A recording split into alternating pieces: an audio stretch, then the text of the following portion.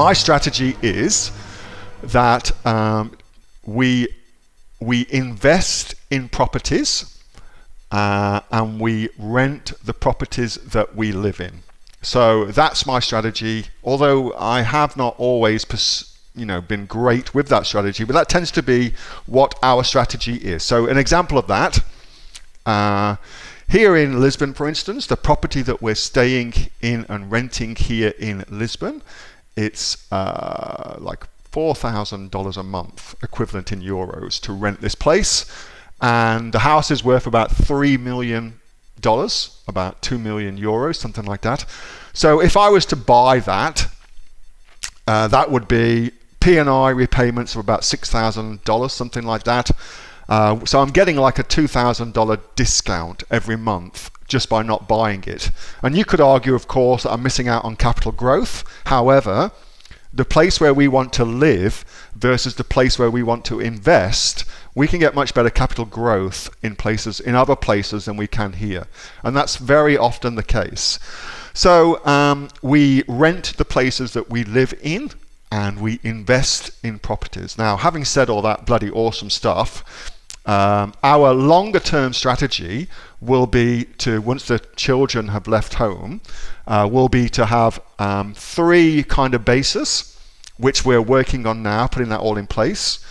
So one in Australia, of course, which we've already got. We own a place in Manly in New South Wales, in Little Manly, just opposite the beach, which is lovely, which is currently rented out. And then we also want to buy a place in the south of France. So we own a place in France, but not in the place where we'd want to be. And then in Italy as well. And then kind of just that would be our 3 bases. And I also want to buy a longer term thing, just for something I want to do as a father, is to buy a property in London, because right now at least my 2 daughters both want to go to London to go and do their degrees, and so I want to buy a property in London, apartment, just for those guys while they go and do that. So I don't know, look, that's my strategy. I'm sure there are much smarter people than me. I know there are much smarter people than me just in our group when it comes to property investing and things like that in the AOE community. So I'm sure they'd have some input on that. But right now for me, as far as my own lifestyle goes, that works well for what we're doing. We tend to rent the places that we're living in. We buy property, we do buy properties, and we own quite a few properties, but we always buy to invest in them rather than to live in them. And for me, it's kind of like, I love cars. So the car I drive is not a good investment, though. It's a terrible investment, and cars depreciate, and so I just pay cash for my cars. I don't lease them or anything like that. So because of that, I don't have a Lambo or whatever it might be, because I just want to own the cars. They depreciate. It just doesn't make any financial sense to me. So I kind of feel like it's a similar kind of thing. I want to make sure, if I was investing in cars, I'd buy much different cars, put it that way. But because I like to drive my cars, I've got a beat up old Porsche that I just drive the arse off of, and I don't really care so much if it gets kind of messed up and I put miles on it, versus a car that I'd invest in to get a return on it. I wouldn't want to drive that because I'd be scared about ruining the investment. So I don't know. Anyway, that's kind of my strategy. That's kind of what works best for us. And I think, ultimately what you want to do is focus on what works for you.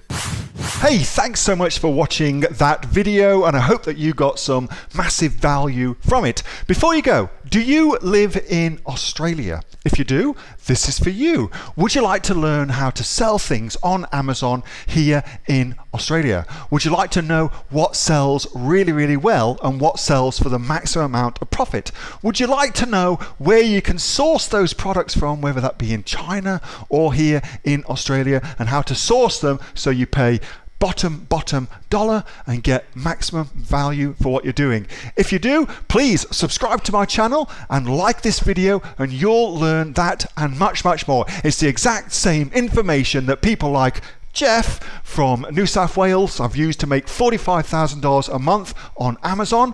that Sue, who's from the sunny coast, has used to purchase herself a brand spankly BMW every single year as a result of her e-commerce business, and the lovely Kate from Bowral in New South Wales has used to make $32,000 a year on, a month, not a year, a month on Amazon, and indeed Anthony, who makes $15,000 a month on Amazon, selling, as he puts it, odds and sods. If you'd like to learn the exact same information that they use to maximize their profits for their Amazon businesses, subscribe to this video, like my channel, post below if you want me to teach you something. Okay, I'm out of here. Speak to you soon. Bye. Subscribe.